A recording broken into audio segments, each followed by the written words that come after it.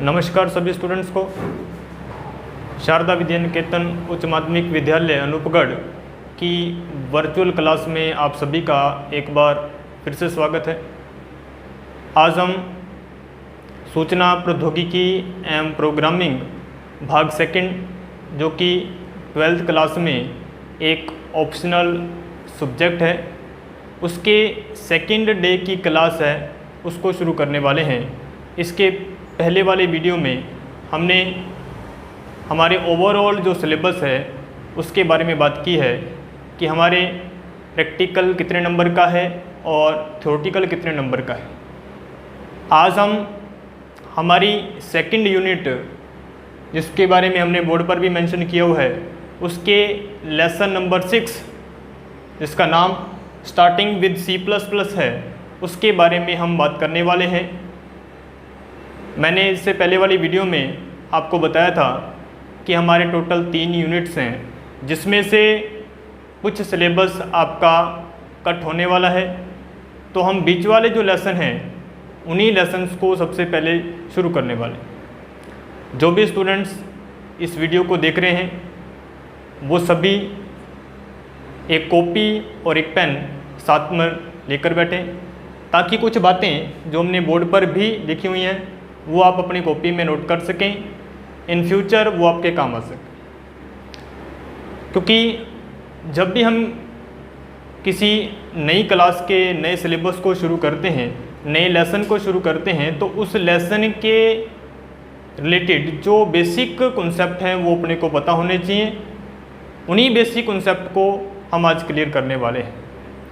जैसा कि हमने यहाँ पे लेसन का नाम भी लिखा हुआ है, यूनिट का नाम भी लिखा हुआ है, सेकेंड यूनिट है, लेसन नंबर 6 है, स्टार्टिंग विद C++।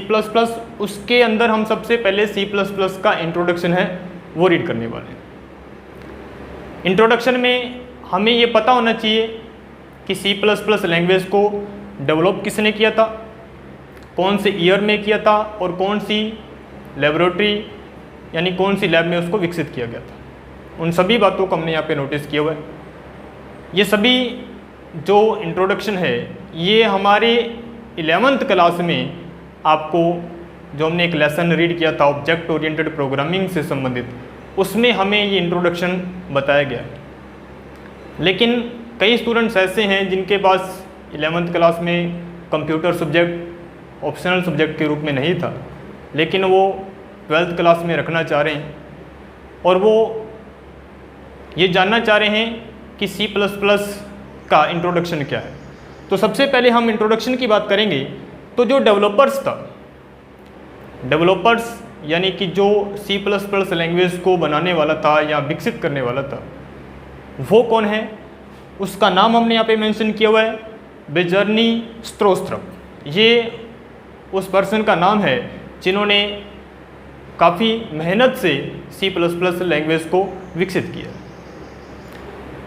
और लेबोरेटरी की बात अगर अपने करें या लैब की हम बात करें तो बेल लेबोरेटरीज या बेल प्रयोगशाला जो कि अमेरिका में स्थित है, उस प्रयोगशाला में इस लैंग्वेज को विकसित किया गया। जिनके पास 11th क्लास में कंप्यूटर सब्जेक्ट था, उनको ये इंट्रोडक्शन में बताया गया है कि C++ लैंग्वेज का जो कॉन्सेप्ट है वो C लैंग्वेज से लिया गया।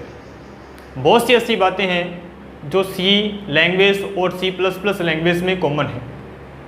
और अगर अपने लेबोरेटरी की बात करें तो दोनों ही लैंग्वेज जो हैं एक ही प्रयोगशाला से विकसित हुई हैं। हाँ, एक डिफरेंस है कि इनको विकसित करने वाले जो हैं वो अलग अलग पर्सन रहे हैं। आपको याद हो C लैंग्वेज को डेनिस रिची ने 1972 में डेवलप किया था इसी प्रयोगशाला में, जबकि C++ को बेजर्नी स्ट्रोस्ट्रप ने 1981 में इसी प्रयोगशाला में विकसित किया है। अगर हम इन 3 बेसिक कॉन्सेप्ट को याद रखें तो ये हमारे इन फ्यूचर प्रैक्टिकल में और कहीं ना कहीं आपके कई बार थ्योरेटिकल में भी ये बातें आपके काम आने वाली। इंट्रोडक्शन आपको कॉपी पे नोट कर लेना है। इसके बाद हम इसी लेसन के बारे में यानी स्टार्टिंग विद C++ जो हमारे लेसन का नाम है, इसी से संबंधित कुछ महत्वपूर्ण बातों को और क्लियर करने वाले हैं। तो आपको जो भी कॉन्सेप्ट बताया जाता है आप उसको कॉपी में हैंड टू हैंड नोट करें ताकि ये सभी बातें आपकी अच्छे से काम आ सकें। तो इंट्रोडक्शन के बाद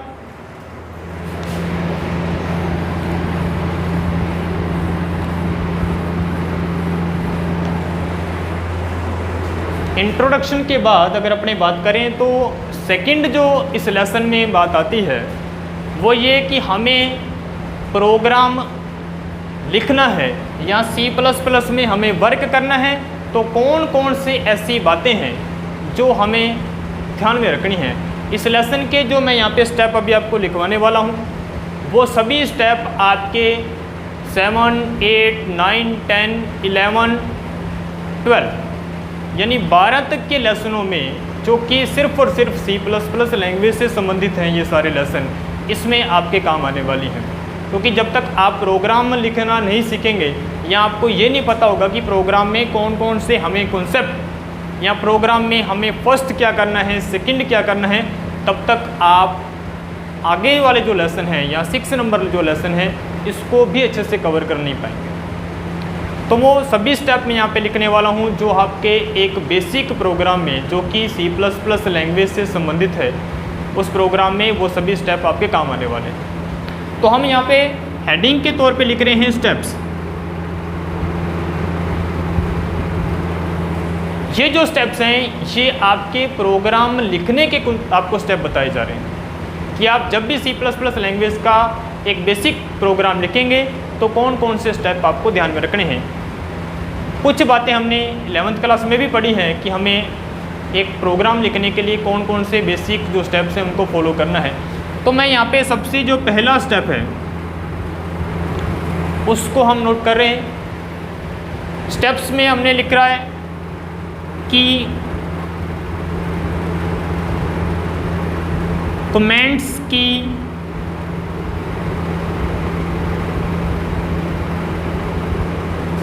घोषणा करना, ये हमारा सबसे पहला स्टेप रहता है जब भी हम C++ लैंग्वेज में या फिर हम C लैंग्वेज में हमारा बेसिक प्रोग्राम लिख रहे हैं तब। सेकंड, अगर हम प्रोग्राम में बात करें तो सेकंड जो स्टेप्स आता है वो आता है हेडर फाइल्स की घोषणा करना।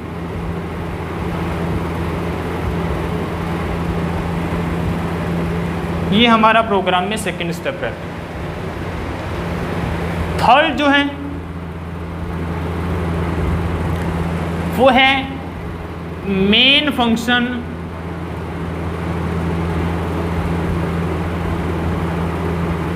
का उपयोग करना।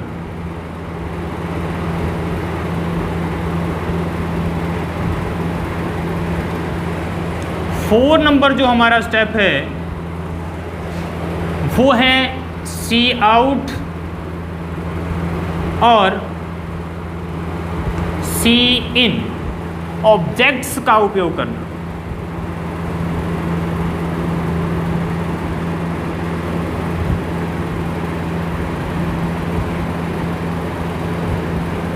और जो हमारा फिफ्थ और लास्ट जो हमारा स्टेप है वो है getch फंक्शन का उपयोग करना।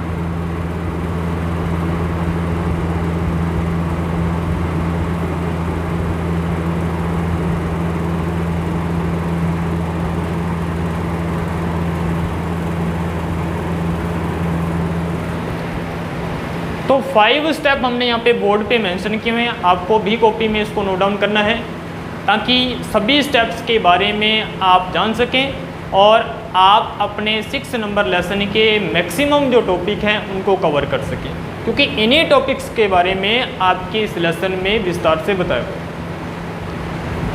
जब आपको ये सभी स्टेप कवर हो जाएंगे तो आप एक बेसिक प्रोग्राम खुद लिख सकते हैं, क्योंकि आपको पता होगा कि हमने सबसे पहले प्रोग्राम में क्या करना है, यानी कि कमेंट्स क्या होता है, उसको हम प्रोग्राम में क्यों शामिल करते हैं, उसको किस तरीके से लिखा जाता है, ये हम हमारे फर्स्ट स्टेप में रीड करने वाले हैं। सेकंड स्टेप में हेडर फाइल्स, बहुत से ऐसे स्टूडेंट्स हैं जिनको पता होगा हेडर फाइल्स क्या होती हैं और कौन कौन सी हेडर फाइल्स हम एक बेसिक प्रोग्राम या एक बड़े प्रोग्राम में यूज़ करते हैं, उन हेडर फाइल्स की अपने यहाँ पे बात करने वाले हैं। जो थर्ड हमारा स्टेप है जिसमें हमने लिखा हुआ है मेन फंक्शन का उपयोग करना, तो ऐसे बहुत से स्टूडेंट्स हैं जिन्होंने बहुत से प्रोग्राम में मेन फंक्शन का उपयोग किया होगा, उनका इस फंक्शन का उनको वर्क भी पता होगा कि क्या इस फंक्शन की इम्पोर्टेंस है। लेकिन कुछ स्टूडेंट्स ऐसे भी होंगे जिनको ये अभी तक भी नहीं कन्फर्म होगा कि मेन फंक्शन हम प्रोग्राम में शामिल क्यों करते हैं, उसका वर्क क्या है। सी आउट क्या होता है, सी इन क्या होता है, हमने यहाँ पे ऑब्जेक्ट्स इनको मेंशन किया हुआ है, यानी कि हम इन दोनों को ऑब्जेक्ट्स मान रहे हैं। अब ये ऑब्जेक्ट्स दोनों क्या काम करते हैं इसकी भी आपको विस्तार से जानकारी दी जाएगी। और फाइनली गेट सी एच एक फंक्शन है, उसके बारे में भी आपको बताया जाएगा। तो कॉपी में आप सभी स्टेप एक साथ नोट करें, उसके बाद हम सिंगल पॉइंट को लेकर, यानी सबसे पहला जो हमारा पॉइंट है कमेंट लाइन या कमेंट की घोषणा करना, उसके बारे में अपने बात करेंगे। तो आप हेडिंग के तौर पे लगा सकेंगे कमेंट्स की घोषणा करना, जो कि हमारे प्रोग्राम का सबसे पहला और एक इम्पोर्टेंट पार्ट है।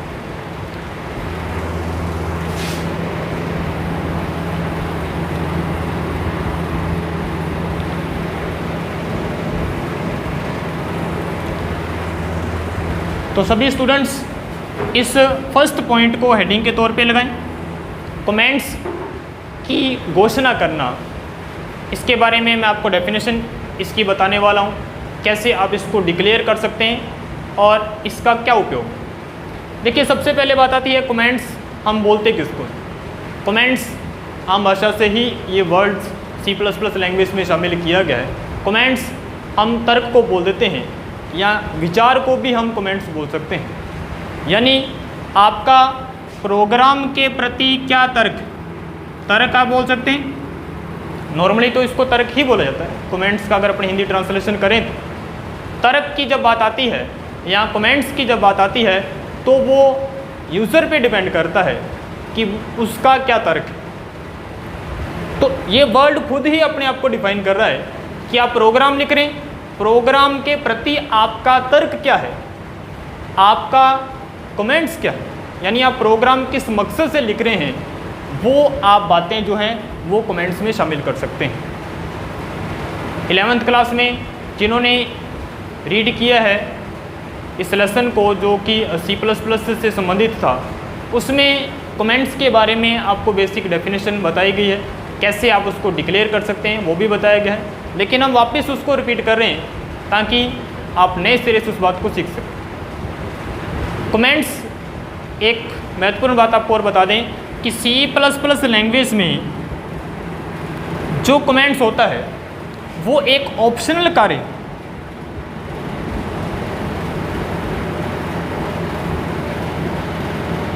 ऑप्शनल कार्य का मतलब ये हुआ कि आप C++ लैंग्वेज में कमेंट्स को शामिल कर भी सकते हैं और नहीं भी कर सकते, यानी कि C++ लैंग्वेज की तरफ से आपको ये फोर्स नहीं किया जाता है कि आपको प्रोग्राम में सबसे पहले कमेंट्स लिखना है। सिर्फ यूज़र अपनी सुविधा के लिए या अपने किसी मेन मकसद के लिए या किसी कार्य के लिए ही कमेंट्स का यूज़ करेगा। C++ लैंग्वेज में हम अगर अपने कमेंट्स के टाइप्स की बात करें तो हम दो तरह के कमेंट्स हैं प्रोग्राम में शामिल कर सकते हैं। एक जिसको हम बोलते हैं सिंगल लाइन कमेंट,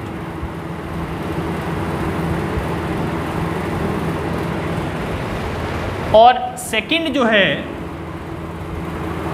उसको बोला जाता है मल्टी लाइन कमेंट।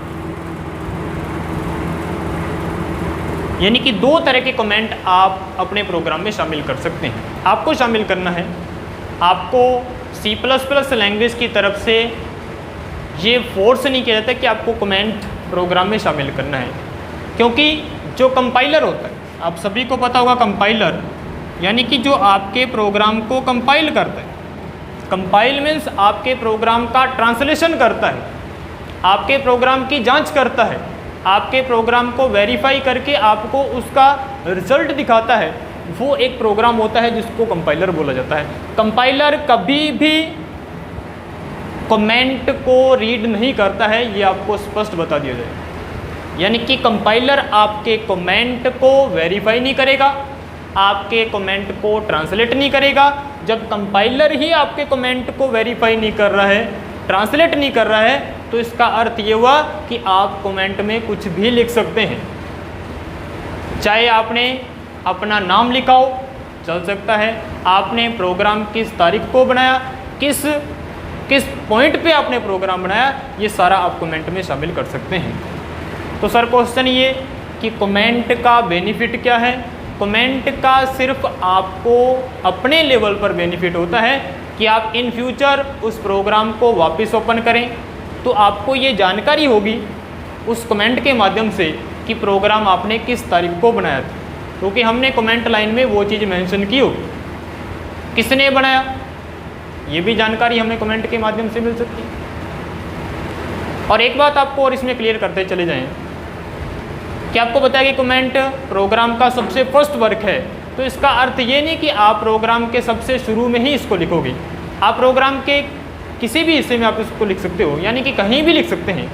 चाहे आप इसको स्टार्टिंग में लिखना चाह रहे हैं तो लिख सकते हैं, आपको मिडल में कमेंट की आवश्यकता पड़ती है तो आप प्रोग्राम के मिडल में भी इसको यूज़ कर सकते हैं, और एंड में, लास्ट में अगर आप प्रोग्राम के यूज़ करना चाह रहे हैं कमेंट तो वहाँ भी यूज़ कर सकते हैं। एक से ज़्यादा बार भी यूज़ कर सकते हैं, यानी कि आप सिर्फ सिंगल बार उसको यूज़ करें कमेंट को, आप एक से अधिक बार भी कमेंट को यूज़ कर सकते हैं। एक क्लियर कर दें, आप सिंगल लाइन मल्टी लाइन दोनों को एक साथ यूज़ कर सकते हैं। सिंगल लाइन को एक से अधिक बार यूज़ कर सकते हैं, मल्टी लाइन को भी एक से अधिक बार यूज़ कर सकते हैं। अब सर सिंगल लाइन कमेंट एक प्रकार है, मल्टी लाइन कमेंट भी कमेंट का एक प्रकार है। सिंगल लाइन कमेंट को जब आप यूज़ करते हो तो हमें डबल स्लैश, ये एक सिंबल होता है जिसको हम डबल स्लैश बोलते हैं,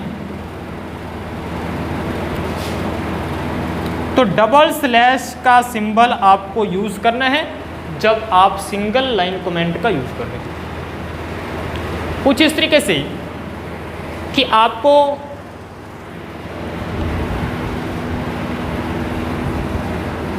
एग्जाम्पल के तौर पर अगर आप इसका यूज़ करना चाह रहे हैं तो आप डबल स्लैश का सिंबल लगाएंगे। ये एग्जाम्पल के तौर पे आपको बता रहे हैं कि अगर आपको यूज़ करना हो तो डबल स्लैश का आपको सिंबल लगाना है और एक लाइन का कमेंट आप यहाँ पे लिख सकते हैं।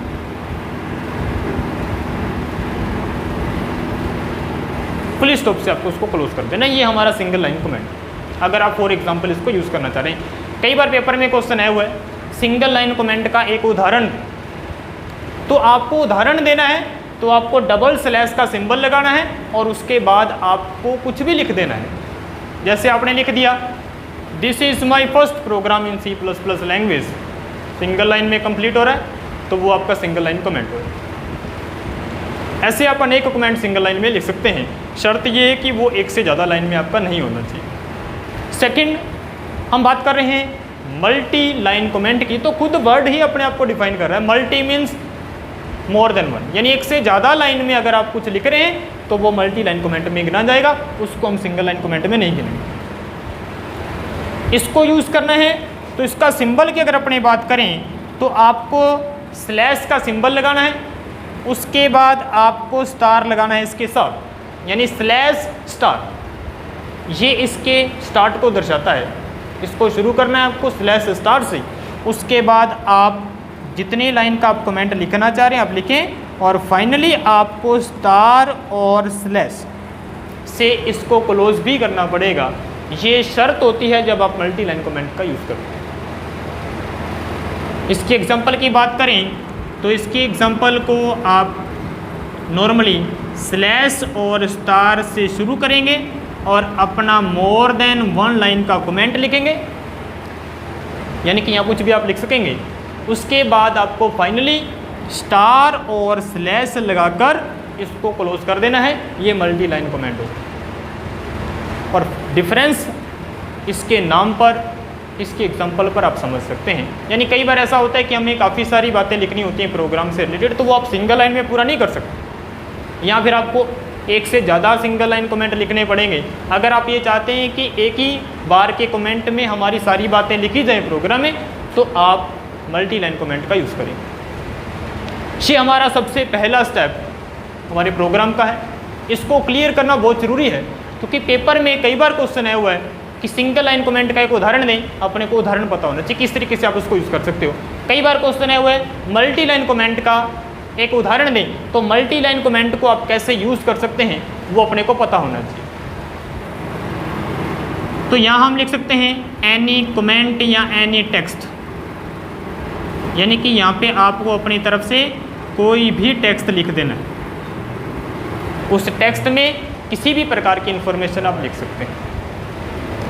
इसके बाद हम इसके सेकंड जो स्टेप है उसकी बात करेंगे, जो कि हेडर फाइल से संबंधित है।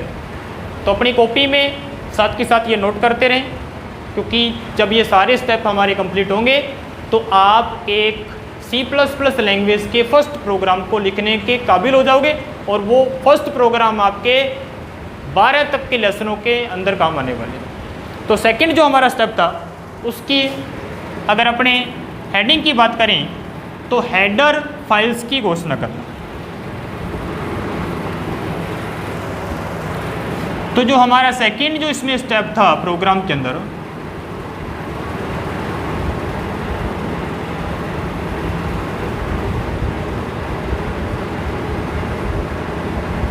हेडर फाइल की घोषणा करना, ये हमारा सेकंड स्टेप था। इसको भी बड़े ध्यान से हमें समझना है, क्योंकि कमेंट जो लाइन थी उसमें एक बात मैंने आपको क्लियरली बताई थी कि वो ऑप्शनल है, कंपलसरी नहीं है। आप बिना प्रोग्राम में उसको शामिल किए भी एक प्रोग्राम लिख सकते हैं, लेकिन जब हेडर फाइल्स की बात आएगी तो ये कंपलसरी है, यानी कि आपको एक प्रोग्राम में हेडर फाइल्स तो शामिल करनी ही पड़ेगी। और अगर आप कमेंट लाइन शामिल नहीं कर रहे तो आपके प्रोग्राम का फर्स्ट भाग भी, यहाँ सबसे पहला स्टेप भी क्या है, हेडर फाइल्स को लिखना, क्योंकि इनके नाम में क्या जुड़ा है, हेडर। हेडर मीन्स जो सबसे पहले है।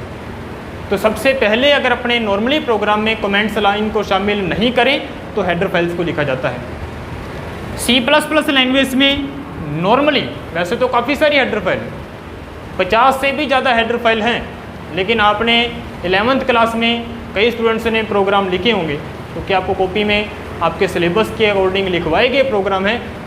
कई प्रोग्राम्स में हमने 2 हेडर फाइल शामिल की हैं, कई प्रोग्राम्स में हमने 2 से ज़्यादा यानी 3 या 4 हेडर फाइल्स भी शामिल की हैं, और कई ऐसे प्रोग्राम भी हैं जिसमें हम 4, 5 या 10 तक हेडर फाइल भी शामिल कर सकते हैं। तो 50+ हेडर फाइल C++ लैंग्वेज में है, लेकिन हमें 50+ या 50 हेडर फाइल अपने प्रोग्राम में शामिल नहीं करनी है, क्योंकि हमारे सिलेबस में जो बेसिक हेडर फाइल्स हैं उनको समझाया गया है, हम सिर्फ उन्हीं हेडर फाइल्स को एक प्रोग्राम में लेकर चलेंगे। तो 2 तरह के हेडर फाइल्स C++ लैंग्वेज में जो आपके सिलेबस में है उनको मैं यहाँ पे परिभाषित करने वाला हूँ। सबसे पहली जो हेडर फाइल्स C++ लैंग्वेज में आती है, जो बहुत बेसिक है, जो प्रोग्राम में हमें लिखनी पड़ेगी, उसको बोलते हैं आईओस्ट्रीम। डॉट एच लगाया जाता है हेडर फाइल के एक्सटेंशन को पहचानने के लिए। तो आईओस्ट्रीम C++ लैंग्वेज के प्रोग्राम की सबसे पहली हेडर फाइल है जो अपने को प्रोग्राम में शामिल करनी है। सेकंड,